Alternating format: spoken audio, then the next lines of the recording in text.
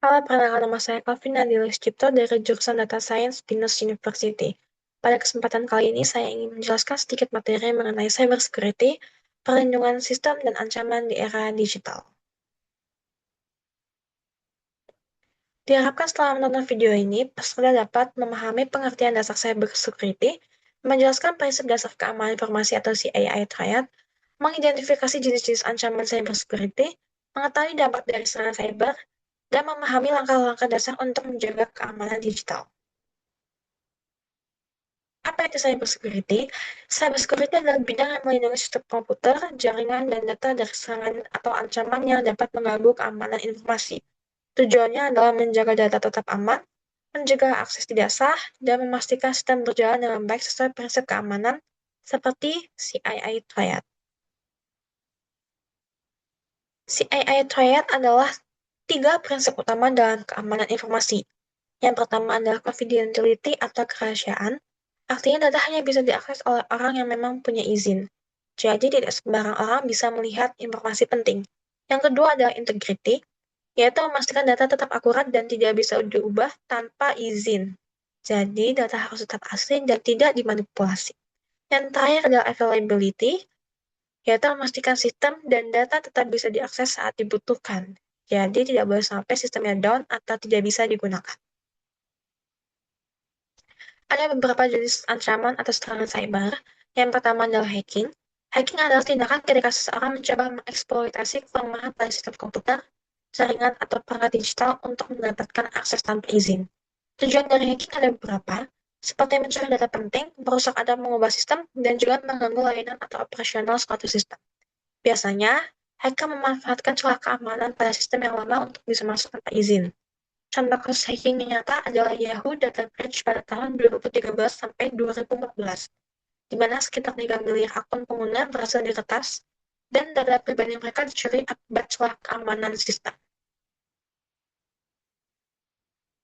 Yang kedua, malware atau malicious software. Malware adalah perangkat lunak yang berbahaya yang dibuat untuk masuk ke sistem komputer atau perangkat digital dengan tujuan merusak, mengganggu, dan mencuri data. Malware biasanya masuk melalui file unduhan, website berbahaya, atau email yang mencurigakan. Setelah masuk, malware bisa menyebabkan gangguan pada sistem, bahkan sampai mencuri data pengguna. Jenis malware ada beberapa, seperti virus yang menempel pada file lain, worm yang bisa menyebar melalui jaringan, trojan yang menyamar sebagai aplikasi aman, spyware yang memata-matai pengguna, dan ransomware yang mengunci data lalu meminta tebusan. Yang ketiga adalah phishing. Phishing adalah bentuk penipuan cyber yang bertujuan untuk mendapatkan informasi sensitif dari korban, seperti username, password, data akun, atau data keuangan, dengan cara menyamar sebagai pihak yang terpercaya seperti bank, perusahaan, atau layanan resmi, supaya korban tidak curiga dan mau memberikan datanya.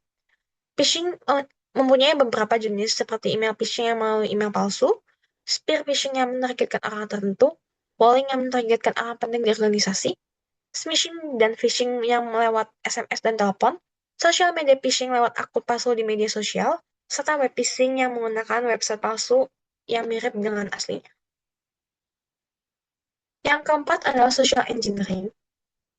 Social engineering adalah teknik manipulasi yang digunakan oleh penyerang untuk menipu korban agar memberikan informasi sensitif, seperti data pribadi, password, atau akses ke sistem. Berbeda dengan serangan lainnya yang langsung menyerang sistem, social engineering justru memanfaatkan psikologi manusia.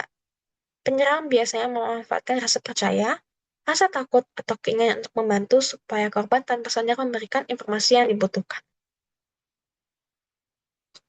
Yang terakhir adalah DDoS attack atau Distributed Denial of Service. DDoS adalah serangan cyber yang bertujuan untuk membuat sebuah website atau sistem menjadi lambat atau bahkan tidak bisa diakses.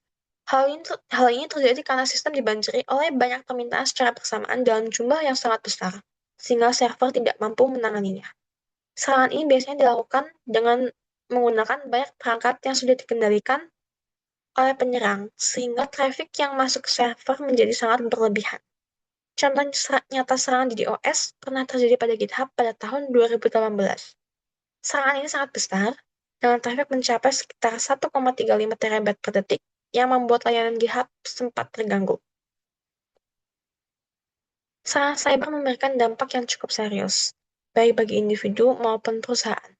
Dampak yang pertama adalah kerugian finansial, yaitu korban bisa kehilangan uang akibat penipuan online, pencurian data, atau serangan seperti ransomware. Dampak yang kedua adalah kehilangan data, di mana data penting seperti informasi pribadi atau data perusahaan bisa dicuri, hilang, atau rusak akibat serangan cyber. Dampak yang ketiga adalah kerusakan reputasi, di mana kebocoran data dapat membuat kepercayaan pelanggan atau pengguna terhadap suatu perusahaan menurun. Untuk menghadapi kejahatan cyber, langkah pencegahan yang penting dilakukan adalah selalu memperbarui software keamanan untuk melindungi sistem dari ancaman tertentu, menghindari mengklik link atau pesan mencurigakan untuk mencegah phishing dan malware, serta meningkatkan kewaspadaan terhadap aktivitas yang tidak biasa agar terhindar dari pencurian data dan penipuan.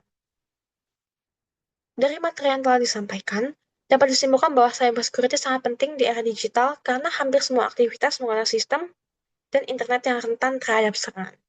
Berbagai ancaman seperti hacking, malware, phishing, social engineering, dan DDoS dapat menyebabkan kerugian data, finansial, serta mengganggu sistem. Oleh karena itu, diperlukan kesadaran dan langkah pencegahan yang tepat untuk menjaga keamanan data dan memastikan aktivitas digital tetap aman. Berikut adalah referensi yang digunakan dalam pemuatan materi.